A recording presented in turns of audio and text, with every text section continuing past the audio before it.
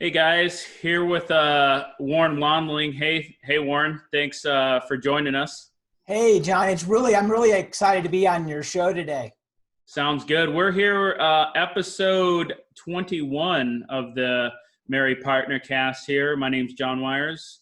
Usually I have my colleague with us, but something came up, so it'll just be me today. But we definitely have tons of information for the group. Warren, he's just for a little introduction. You guys could check him out at warrenwandling.com. But he's a leadership coach, mentor, life coach, communication experts. You do a lot of public and private talks. So, I mean, you obviously have a lot of experience with these topics we're going to be talking today. So it's a little bit different from the stuff we usually talk about as far as, real estate with contractors or title peoples or attorneys and whatnot. But it's definitely an important thing, as we were talking about earlier, to keep a strong mindset, especially during these times where business might not be as good. People are having financial problems. Obviously, a lot of people are struggling. So I thought, this is a perfect kind of interview to kind of give us some tips and be helpful as far as, what we could do every day and how we can get, through some of these tougher times. And it kind of spans all the way from, the corporations you talk to, all the way to the business owner. So excited to, give a general chat today, and appreciate joining us for sure. Yeah. Thank you, John, for that introduction connection. So yeah, that's what I focused on within the career, is the leadership and career coaching and leadership speaking. So that's either a keynote or workshops. Okay. Obviously, it used to be a lot more on site, but now we've made that transition Right. Virtually, just like everyone else is pivoting. So we're just in that same vein of making that transition. So, just generally, obviously, you're used to showing up face to face. I'm sure that's how you probably like to make the connection best. But we're kind of doing virtual. At least we have video. What are some of the main topics you usually talk about as far as the private sector, and then also, what do you think is important for real estate and venture investors and business owners like this group today? Yeah. So the first part of that question, John, is I have several that we focus on depending on the client needs of what they're looking for. But I have keynotes that are around how to develop resilience and persevere in a time of uncertainty.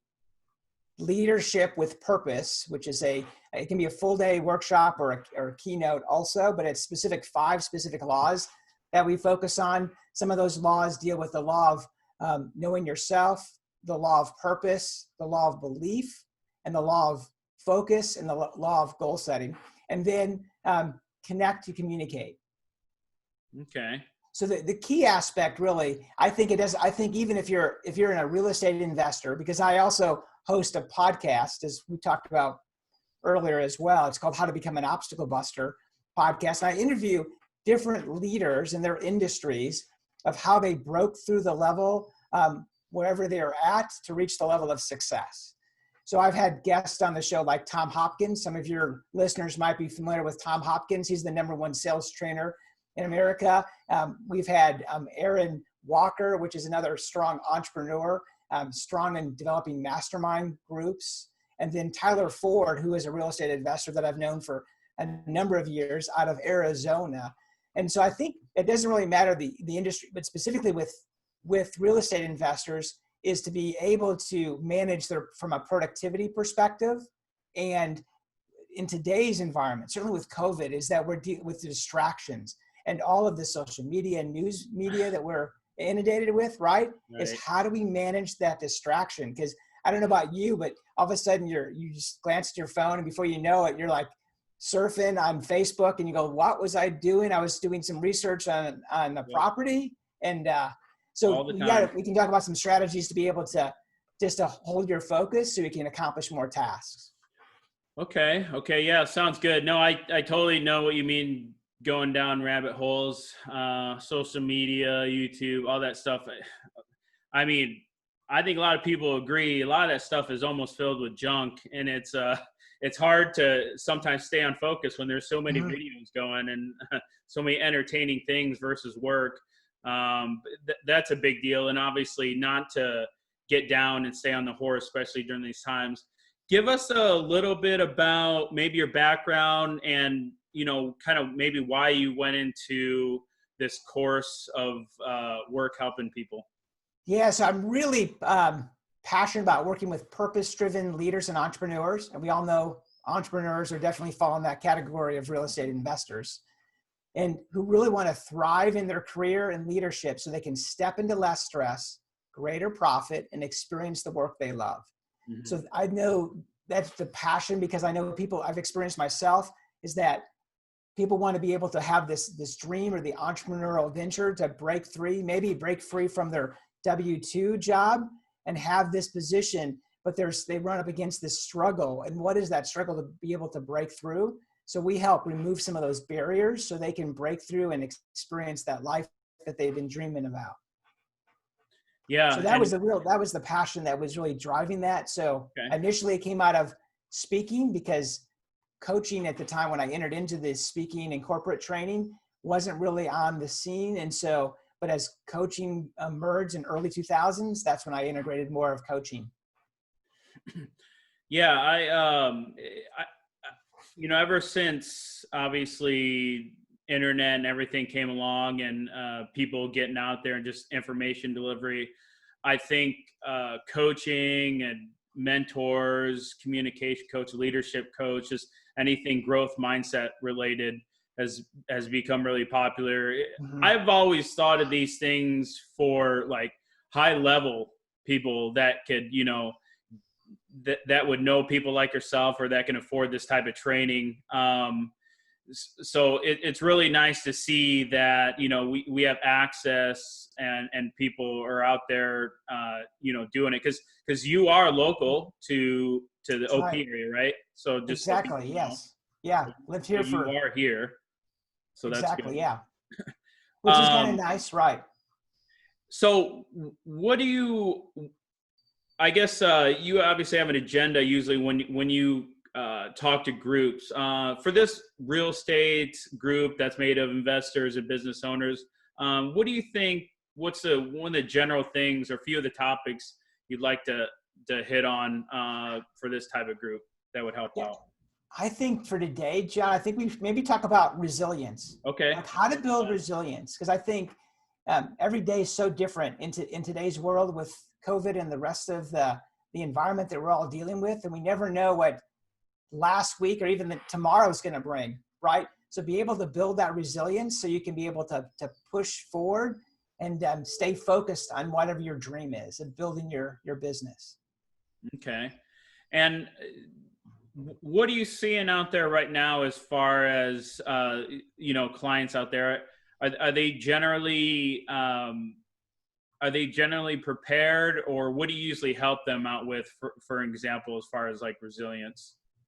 Yeah, so I don't think everybody was necessarily prepared when we woke up and all of a sudden realized that we're dealing with this. I should say nobody was prepared for this. Right. And the challenge is that if you aren't in the mindset of knowing how to build resilience, of perseverance and developing grit, this was the environment really creates the ability to be able to strengthen your resilience. Because either you develop resilience, or it's going to be a really hard time for that client to be able to push forward, because it's definitely a day-to-day process. So, and that first step of building that resilience is knowing that you can persevere.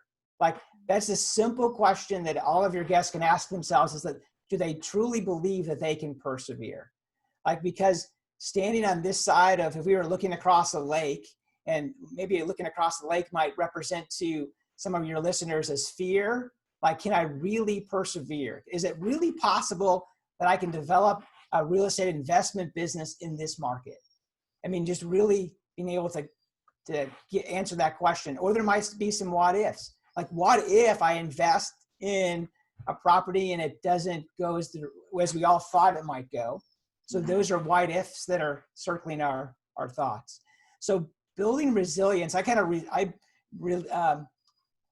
illustrate that as like a palm tree, right? Because a palm tree can withstand those high winds, and definitely with even with a hurricane. I know recently, before we were on the show recording today, there's some hurricanes heading for Hawaii currently, as well as the States. But once that hurricane passes the high winds, the palm tree bounces back. I mean, that is really like the picture of resilience. And that's what I want your listeners to realize, that if you develop resilience, and maybe some strategies we get into to help develop resilience, that they can bounce back after this passes.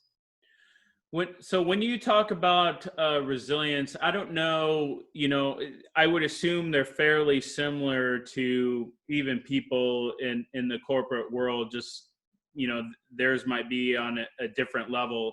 Mm-hmm. When you say resilience, are you talking about, daily productivity systems? We were talking about affirmations, just connecting with yourself and slowing down, taking stuff systematically, obviously having plans. Is that what you're talking about as far as maybe some things that people could do out there? Right, exactly. So one of the key aspects of building resilience is developing the right mindset. Now, I always say it's developing that leadership mindset and making sure you have that right perspective. And what I mean by that is the National Science Foundation says that we have about 50,000 thoughts a day. So some say we have more or less. None the case. We have a lot of thoughts that we are bombarded every day. And those thoughts are either moving you towards your goal or they're moving you away from the goal. So if we just have to be self-aware of those thoughts, and if you notice that they're higher in the negative thoughts that are coming through, like I can't do this, or they might have fear of success, fear of failure, fear of what others think. So those are all playing into that level. And so to be able to move and build resilience is to be able to shift your mindset so you can work through that process and know that you can succeed. Yeah, and that's a thing I think we lose sight on a lot of times because we get so busy. It's good to watch that video, someone like yourself or stuff you see on YouTube, that goes over, hey, by the way, if you aren't doing these things, keep up with that. Because that's a lot of times why we revisit books, obviously. There's a lot of good reminders there that get kind of lost wayside. Obviously, I like hanging around, a group of people that are in the same mindset, that are always pushing forward, kind of pushing each other. I've heard a lot of even people do daily affirmations, like in a notebook and stuff like that, and write down their goals. I assume you're kind of along those lines too. Right. So one of those, if you don't mind, I can share one of those strategies around affirmations, Sure. Because some of your listeners might have heard the term, maybe they're not familiar with it, but affirmations are positive statements written in the present tense. Okay. So it's as you are already achieved that. So for an example, I'm relaxed and confident. I'm a strong real estate investor. I'm confident dealing with the different stakeholders on our projects. When problems come, I view them as challenges. So those statements then help you move towards your goal. If we said something as I'm not confident, if you're thinking to yourself, because that's self-talk, and you're thinking to yourself, I'm not confident, or you're starting to get nervous before maybe a close on the property, and you check in with your thoughts. Some of those thoughts mean like, I hope this goes through. I'm not very good at negotiation. I don't have enough experience to be in this project. Those are negative self-talks, right? That's what I call limiting beliefs. So when you identify those, one way to do that, like you mentioned, the notebook, is take a topic. So let's just say around real estate investment, and write down all of your beliefs about real estate investment. And then as you look through those, you're going to notice some negative beliefs that start to surface. And then simply translate those beliefs into positive affirmations. So first person present tense. And then take that list and then read those every day. So I suggest doing it in the morning. At least if you haven't done it at all, start at least in the morning. The morning and the evening is best, but I believe in habit change has to start out small. So at least let's say in the morning, but read them out loud and with as much motion as possible, because that part of the brain that stores that information, the more emotion attaches to it, it then stores it in that part of the brain. And so the dominant thought is the thought that's going to win out. So there's the art of really mastering that process of affirmations I got from a gentleman by the name of Dr. Shad Helmstetter. He's written several books, but I've met Shad Helmstetter, and I asked him one day in reference to what could I help teach my clients and students around affirmations. And he said, really mastering the art of thinking or self-talk is monitoring your self-talk. So just be self-aware, stop the negative self-talk, and then replace it with the new affirmation. So you might be saying, like, how do you stop self-talk? Well, once you acknowledge there's a negative self-talk, simply say stop, or cancel, or that's not like me. I'm a strong real estate investor, or I manage my time well, or I accomplish my tasks. And then you replace it then with your positive thought, and then you move into taking action. So those are some quick tips that I know that your listeners be able to implement. Yeah, definitely. Action is definitely a key component, rather than just, saying it to yourself. You obviously got to do that task. How do you know when it's maybe time to pivot because the belief or the goal that you're reaching, is just way far out there, or it isn't working? I know it's kind of an open-ended question. There's infinite amount of things that could come up as to why you wouldn't or you would pivot, but how does someone kind of deal with that? Yeah, I think that's a great question, John, because I think pivoting, initially, let's go back in March, pivoting, that word started to emerge and across all industries. And I think we started to, look for ways to be able to pivot. But I think at that point, we're thinking, well, this pivot, and then we can just stay with that pivot. Like that would be the new normal of whatever new normal is. But I think it's really important to constantly have that question to yourself is, how should we continue to pivot before you hit that point of being stuck or hitting that barrier that you can't don't perceive that you can get around. So I think it's the constant question of how can we pivot to make sure that you're on the right track. So the question is, if it's meeting those expectations, like if it gets based on income stream, or if it's based on number of leads that you're trying to generate, whatever that new pivot is, keep asking yourself to make sure that it's the right pivot. If not, problem solve. I think one of the great ways to be able to problem solve, brainstorming is a great exercise. You're probably familiar with brainstorming. Mm-hmm. But another strategy that I learned from Brian Tracy, who's a great author and speaker as well. And the idea I learned from Brian Tracy is called mindstorming. And mindstorming is a great technique. It's individual. So your listeners can, if they're trying to solve a problem, they write the problem as a form of a question at the top of a page. And then you're going to write down 20 solutions of how you solve that problem. But you got to get to 20, because most people, we can start out 10, and then it's like, when we get down in the teens, it gets a little more difficult. But typically down like 17, 20, that's really where the answer is. So you have to push yourself to be creative to come up with the right answer. Because the mind will answer any question that you answer it. You just have to ask the right question. Yeah, it seems like you could maybe find the answer or the real root cause if you ask yourself why 5 or 7 times or something to that effect to find out the core. Right, exactly. Exactly. So peeling the onion, that's another great strategy as well, is asking why is that important to you, and just keep peeling the onion down to the real core. So another method I've used heavily, and I have some other friends use it too. Well, one is I like to really incorporate a daily calendar.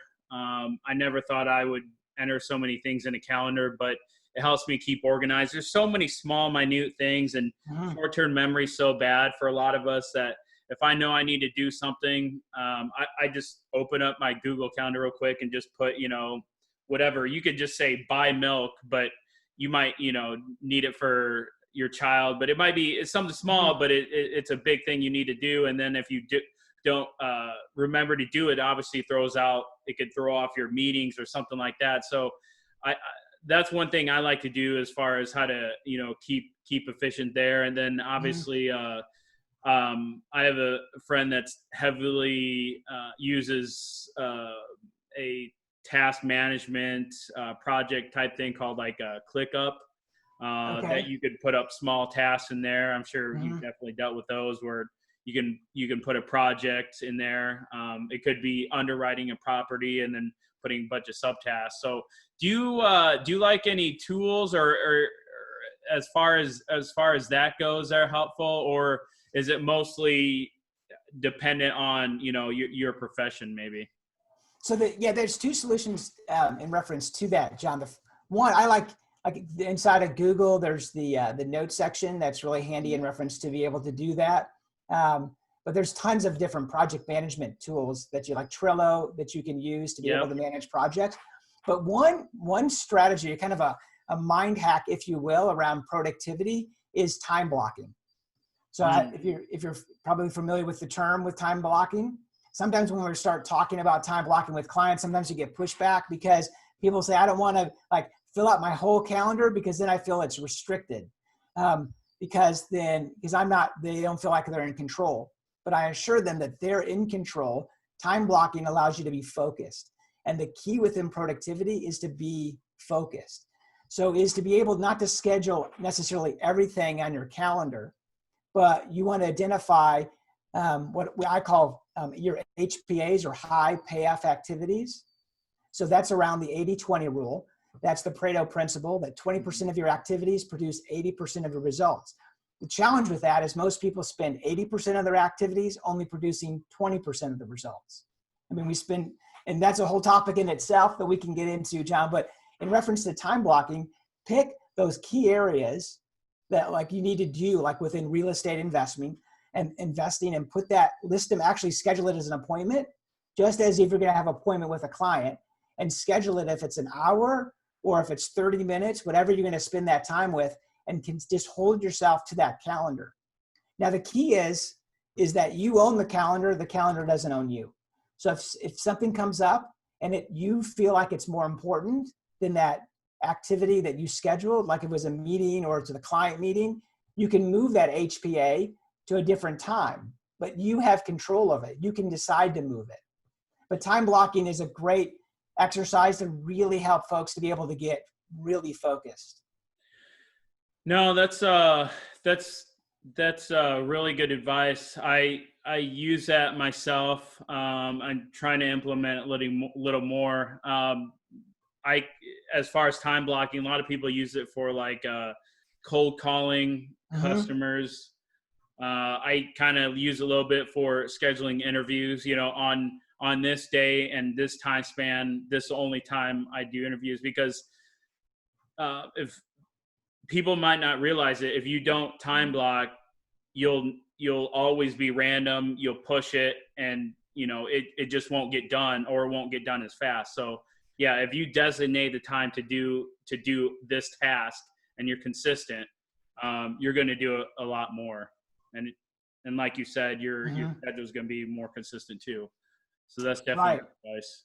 Yeah, exactly. And also, exercise. I mean, I think that's one of the areas that if a client is open to it, is to consider some type of exercise, because that kinesthetic movement, like if you're running or working at the gym, helps to clear your head, helps you to stay focused, increases your self-image and your focus. There's a lot of science behind the impact of exercise that really helps to develop your business. No, you're right. That's probably, I guess, the biggest thing a lot of people can relate to is, it's funny, some people don't time block for, meetings or very important things, but they always get their run in or, their bench press in. Yeah, right. You can't miss gym day, but work can always be pushed. No, that's totally right. Let's hit a few more things here. What about leadership as far as times like these. Obviously, we got a lot of solo people that are doing their own thing, and we got some business owners with a few employees. What do you kind of suggest as far as that now in these current times here, or in general? So within leadership, I think you have to lead within before you can lead without. And one of the key aspects is, we kind of touched on it earlier, is the leadership mindset. To make sure that you have the right leadership mindset and that you're doing the practice of affirmations or visualization on a daily basis so you can teach that same strategy to your team. Because I can guarantee you, if you as the leader are experiencing some fear or uncertainty during the day, your staff is feeling the same thing. And if your staff's feeling that, that's going to impact the return on your investment of having them on your team. So we want to be able to increase that level of productivity and be able to train them with those skills of how to develop that right mindset so they can get better results. So that's the first thing. And then the other thing is as a leader, is to be able to communicate and connect. Like having the open mind of listening, asking questions just to check in of how their day is going, seeing if there's anything else that they can do, and just be using the strategy of active listening. I know a lot of leaders say, yep, I'm really good at active listening, but I would say that's a good question to ask yourself is how well do you listen? And one of the measurements to do that, John, is do you listen to respond or do you listen to listen? And most of the time people are listening with like, I can't wait until you finish your sentence so I can say something, right? Am I right? Right. Especially nowadays, face-to-face right. arguments and whatnot, right? Yeah. And even like with an employee, if you think you're right because of maybe a miscommunication happened, you have to listen to really understand what took place with your employee and understand what's going on and then respond. And the benefit to the leader is that employee is going to feel they're going to feel heard and listened to, which will increase your level of employee engagement because they're listened to. So those are some strategies that I can be using. That makes sense.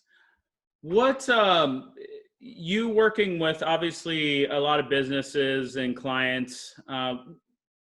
What's the top thing or couple things that you find clients or people in general struggle with the most?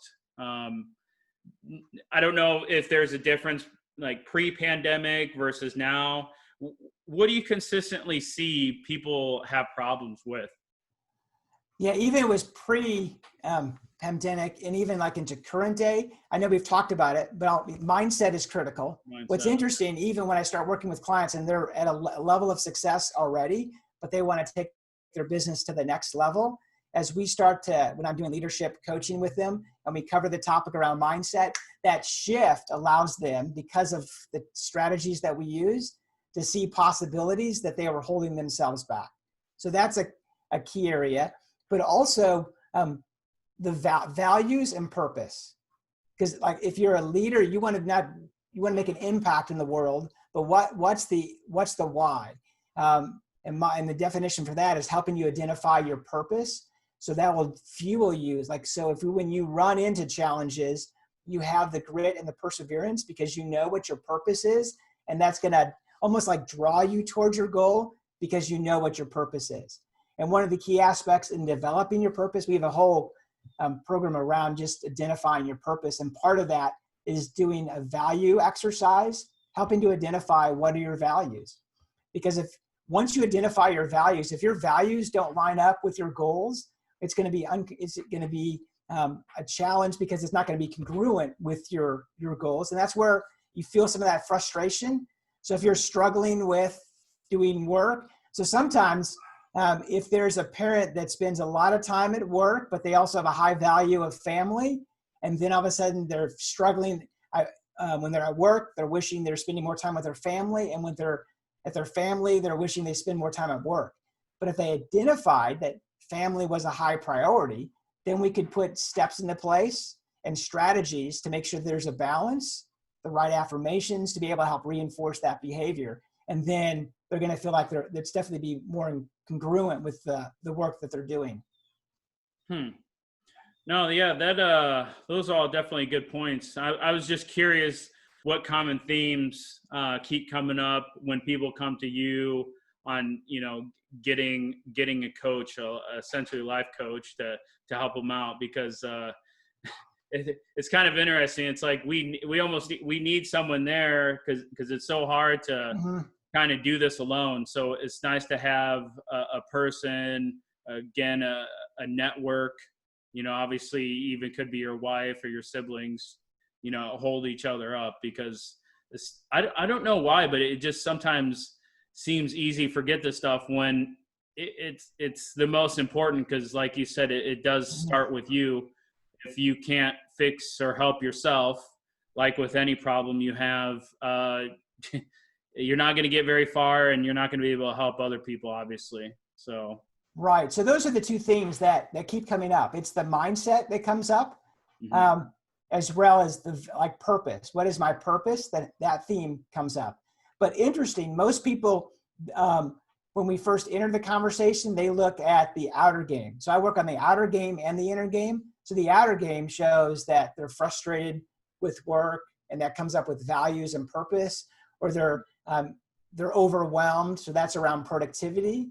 But it all ties together. So they're typically looking for the outer game of trying to fix a process. And a lot of the times it's all dealt with from the mindset perspective. Do you see that sometimes after you go through maybe these life plans or changes or, efficiencies, that they end up taking a different life course, or are they generally end up just improving their current path? Like how big of a change have you seen before? Yeah, typically some have taken a different path because they got the aha, like this is not really what I wanted to do. And we discovered what their real passion was.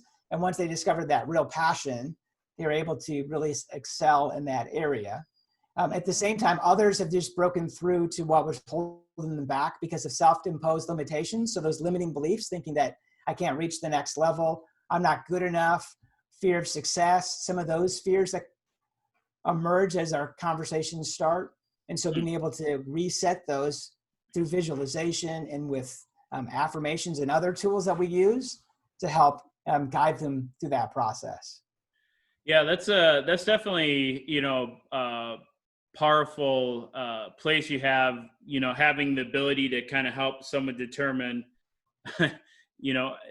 or confirm, hey, I do need to move to this different journey in life. And it's sometimes they need, people like yourself to help them sort that out, because that's a good gift to give somebody, because, it's either that or they would be end up being stuck in maybe their rut, possibly their whole life. If again, you weren't proactive in finding help. So that's definitely a powerful role. Right. Go ahead and so let's go ahead and give everybody some contact information, your website, your name and number. You said you host the How to Become a Obstacle Buster podcast, correct? Correct. Yes. Okay. So they can find that in whatever podcast listening tool they use. So you can just search How to Become an Obstacle Buster, and that's my show. So it's on all the major listening devices that you use. So you can find it there. WarrenWandling.com. So WARREN WARRENWANDLING.com. Okay. And then LinkedIn, same thing as my handle within full name, Warren Wandling, is there as well. And then I also have a free tool for your listeners if they are interested, more topics around the mindset of a mindset toolkit. So it's a full URL. So it's warrenwandling.com/mindset toolkit. So WARRENWANDLING, and then mindset toolkit. What email can they contact? Your email, or you got like a little contact page? Yep. So yeah, they can there's contact information on the website, but Okay. Warren at warrenwandling.com. And you are, I believe, on Facebook too, right? Facebook and Twitter. Okay. Yeah. Okay. Awesome. There as well. Okay. Other than that, appreciate it. We know you're a busy guy. We thank you for this information, especially during these times. Like I mentioned, it's a good change up to get some mindset in there, and to grow yourself versus other people sometimes, because a lot of times we let ourselves go aside. So we definitely appreciate you coming on here and sharing some tips to help everybody out. Yeah, thank you. Yeah, I appreciate the opportunity. Enjoyed the conversation, John. Okay, cool. Thanks, Warren, and we'll talk soon. Let's talk here in the future, and let's see what pans out for the economy, and hopefully people are in a better place. Okay, yeah, that'd be great. Sounds good. Thanks, All Warren. right, thanks. Yeah, Thank we'll you. get it out. Thanks. All right.